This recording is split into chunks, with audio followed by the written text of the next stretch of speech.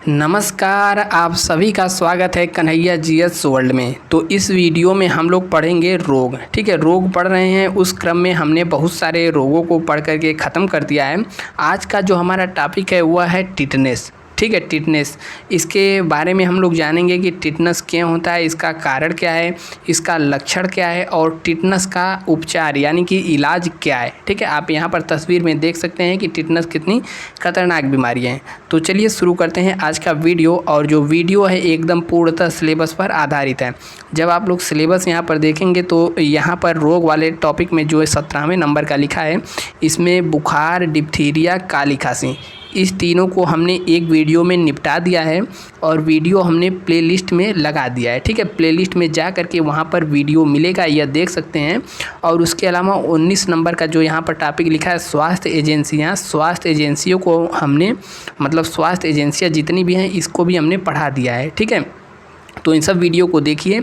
आज का जो हमारा टॉपिक है टिटनेस। ठीक है, तो टिटनेस के बारे में हम इस वीडियो में बात करने वाले हैं। तो चलिए शुरू करते हैं आज का वीडियो। और वीडियो शुरू करने से पहले यदि पहली बार वीडियो देख रहे हैं तो आप में यहाँ पर लाल कलर का सब्सक्राइब लिखा होगा, इसको दबा करके बगल में घंटे के निशान को भी दबा दें और लाइक वाला बटन ज़रूर दबाते हुए चलें। ठीक है, टारगेट लाइक है 100 यानी कि 100 लाइक पहुँचाना है। तो चलिए शुरू करते हैं आज का वीडियो। तो देखिए, टिटनेस एक प्रकार का रोग है जो कि बैक्टीरिया यानी हिंदी में कहें तो जीवाणु। ठीक है, तो जीवाणु से फैलता है टिटनेस। और किस जीवाणु के कारण फैलता है, तो इस जीवाणु का नाम है क्लोस्ट्रीडियम टिटैनी। ठीक है, यहाँ पर लिखा है। यह क्वेश्चन कई बार पूछा है और पूछता भी है कि टिटनेस किसके कारण होता है, तो टिटनेस बैक्टीरिया के कारण होता है यानी कि जीवाणु के कारण होता है। और इसका बैक्टीरिया का नाम क्या है, तो क्लोस्ट्रीडियम टिटैनी। ठीक है, कहीं कहीं पे बैसिलस टिटैनी भी मिलता है, तो आप लोग को यह वाला याद रखना है, क्लोस्ट्रीडियम टिटैनी।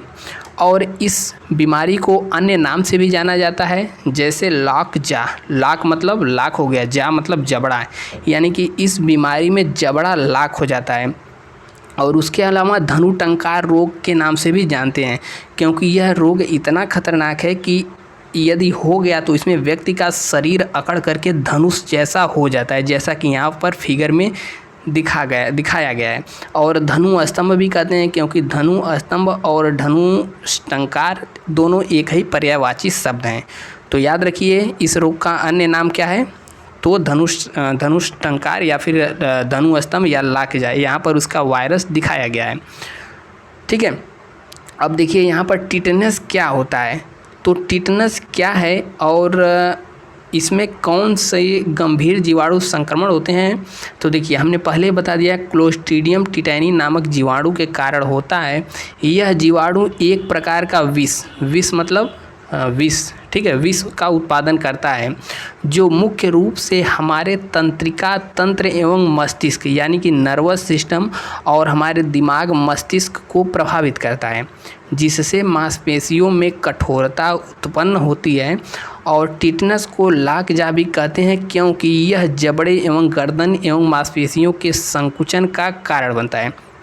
देखिए, टिटनेस में क्या होता है, यदि हमारे शरीर का कोई अंग कट गया मतलब थोड़ा बहुत कट गया और उसमें किसी भी प्रकार की अशुद्धि जैसे मिट्टी, गोबर, ठीक है, या फिर खुले के संपर्क में आता है, तो उसमें यह जो जीवाणु है प्रवेश कर जाता है या फिर इसमें पनप जाता है।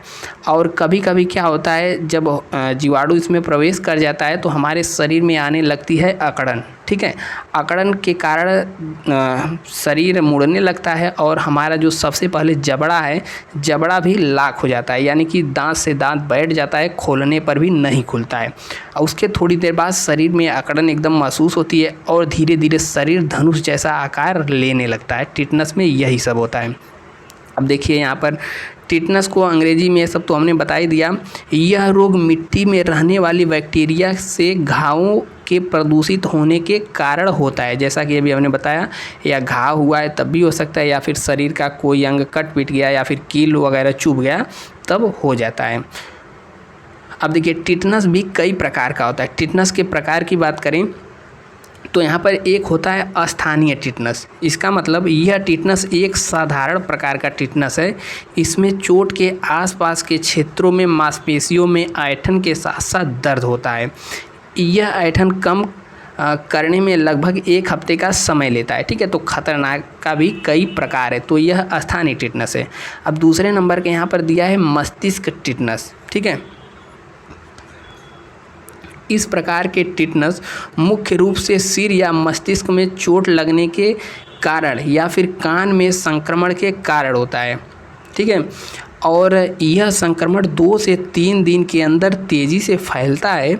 यह टिटनस एक साथ कई मांसपेशियों को प्रभावित करता है और इसके साथ साथ चेहरे की मांसपेशियों को भी प्रभावित करता है और जबड़ा ऐंठ जाता है। और यह प्रकार टिटनस कुछ समय बाद साधारण टिटनस में परिवर्तित हो जाता है। और यहाँ पर आता है 2 और बचा है। एक है नवजात टिटनस। तो इस तरह का टिटनस उन बच्चों में होता है जिन्हें गर्भ में रहते माँ से इम्यूनिटी नहीं मिल पाती है या फिर गर्भवती महिलाओं का टीकाकरण नहीं हो पाया है। तो यह टिटनस आमतौर पर उन्हीं छोटे बच्चों में देखा जाता है। इसमें क्या होता है कि नवजात के नाभि पर घाव ठीक से सूख न पाने के कारण यह हो जाता है। फिर नाभि में संक्रमण के कारण भी होता है और इसमें 14% लगभग शिशुओं की मृत्यु हो जाती है। ठीक है, चांसेस कितना होता है? 14%। और यहाँ पर है सामान्य टिटनस। यही वाला टिटनस अधिकतर लोगों को होता है क्योंकि इसमें लगभग 80% लोग चपेट में आ जाते हैं। 80% लोगों में यह सामान्य टिटनस होता है। इस प्रकार के टिटनस सिर से शुरू होकर शरीर के अन्य भागों को प्रभावित करता है। इस टिटनस में जबड़े बंद होना, मुंह और पेशियों में जकड़न होना, बुखार आदि शामिल है। अब देखिए, टिटनस यदि होने वाला है या फिर टिटनस हो गया है तो इसके क्या लक्षण हैं। आमतौर पर टिटनस के लक्षण 1 हफ्ता यानी कि 7 से 10 दिन में सामने आने लगते हैं, लेकिन कभी कभी टिटनस जो है कम ही दिनों में यानी 3 से 4 दिन में से लेकर 3 से 4 सप्ताह तक यह शुरू हो सकता है। इसमें क्या होता है, वही चीज़ें मांसपेशियों में ऐंठन होगी, विशेष रूप से पेट और छाती में, और निगलने में कोई चीज़ निगलने में कठिनाई होगी, बुखार आएगा हल्का। ठीक है, उच्च रक्तचाप यानी कि ब्लड प्रेशर हाई हो जाएगा, हृदय की धड़कन तेज़ हो जाएगी और दस्त आना तथा मल के साथ खून आना, पसीना आना, सांस लेने में कठिनाई होना और चिड़चिड़ापन महसूस होना, यह सब टिटनस का लक्षण है। अब देखिए, टिटनस का लक्षण है तो इसके लिए एक टीका भी आता होगा, इलाज भी आता होगा। ठीक है, तो देखिए यहाँ पर टिटनस के लिए कौन सा जो इंजेक्शन आता है, तो सबसे पहली बात, यदि कहीं कट पीट जाए तो हमें 24 घंटे के भीतर इंजेक्शन लगवा लेना चाहिए। वह इंजेक्शन क्या करता है कि हमारे शरीर में प्रतिरोधक क्षमता को बढ़ा देता है, जिससे टिटनस नहीं होता है। ठीक है, तो टिटनस टॉक्साइड इसका नाम है। यह किसी भी दुर्घटना में चोट लगने या फिर शरीर के लोहे से जख्म होने पर ज़्यादा होता है। यह शरीर की प्रतिरोधक क्षमता को बढ़ा देता है। इसके अलावा गर्भवती व बच्चों को भी टिट बैक लगाया जाता है। तो याद रखिए लिए टिटनस टॉक्साइड लगवा लेना चाहिए। अब यहाँ पर टिटनस का परीक्षण हो गया। तो देखिए, टिटनस का परीक्षण और इलाज के बारे में बात करें तो बस थोड़ा सा वीडियो और रह गया है। देखिए, आमतौर पर टिटनस का परीक्षण उन लक्षणों के आधार पर किया जाता है। टिटनस का परीक्षण करने के लिए एक स्पैटुओला टेस्ट भी किया जाता है। तो कौन सा टेस्ट है? यहाँ पर स्पैटुओला टेस्ट किया जाता है।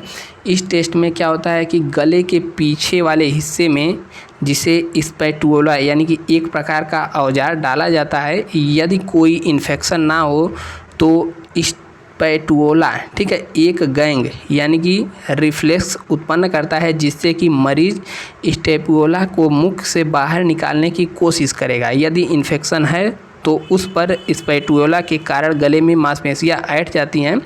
और तो इसमें क्या है, याद कर लीजिए, यदि पूछ दिया कि टिटनस के परीक्षण से संबंधित क्या है, तो यहाँ पर स्पैटुओला कभी कभी दे देगा। स्पैटुओला टेस्ट किससे संबंधित है? तो टिटनस से संबंधित है। अब देखिए, इसके इलाज की बात करें तो टिटनस का आमतौर पर कोई इलाज नहीं है, लेकिन टिटनस के संक्रमण को रोकने के लिए यहाँ पर घाव होगा, ठीक है, घाव को तुरंत अच्छी तरीके से साफ़ कर लेना चाहिए और उसके बाद जो एंटीसेप्टिक क्रीम है उसको लगा देना चाहिए या फिर एंटीसेप्टिक क्रीम से उसको धो देना चाहिए और सूती कपड़े से बांध देना चाहिए। और घाव को यदि खुला रहेगा तो संक्रमण ज़्यादा होगा, इसलिए उसको बांध करके रखना चाहिए। इसके अलावा एंटीबायोटिक दवाओं का सेवन भी करना चाहिए, जिससे संक्रमण होने का खतरा काफ़ी कम हो जाता है, ठीक है। तो यह टिटनस के बारे में रहा। अब जो अगला वीडियो आएगा उसमें हम लोग जानेंगे पोलियो के बारे में, ठीक है। एक मिनट, पोलियो यहाँ पर देखेंगे, पोलियो यहाँ पर सिलेबस में क्या लिखा है, पोलियोमाइलाइटिस, ठीक है। तो इसे पोलियो भी कहते हैं, इंग्लिश में थोड़ा नाम बड़ा हो गया है। तो पोलियो के बारे में जानेंगे। फिर खसरा, तपेदिक, chicken pox, hepatitis, malaria, dengue, typhoid, कृमि, यानी कि जो 6-7 बीमारियां बच रही हैं उनके बारे में भी हम कवर करा देंगे। तो उम्मीद है वीडियो अच्छा लगा होगा। वीडियो अच्छा लगा हो तो वीडियो को एक बार लाइक यहाँ पर ज़रूर कर दें और यहाँ पर दोस्तों से शेयर ज़रूर करें। और कैसा रहा वीडियो नीचे कमेंट करके बताएं। मिलते हैं नेक्स्ट वीडियो में, तब तक के लिए जय हिंद।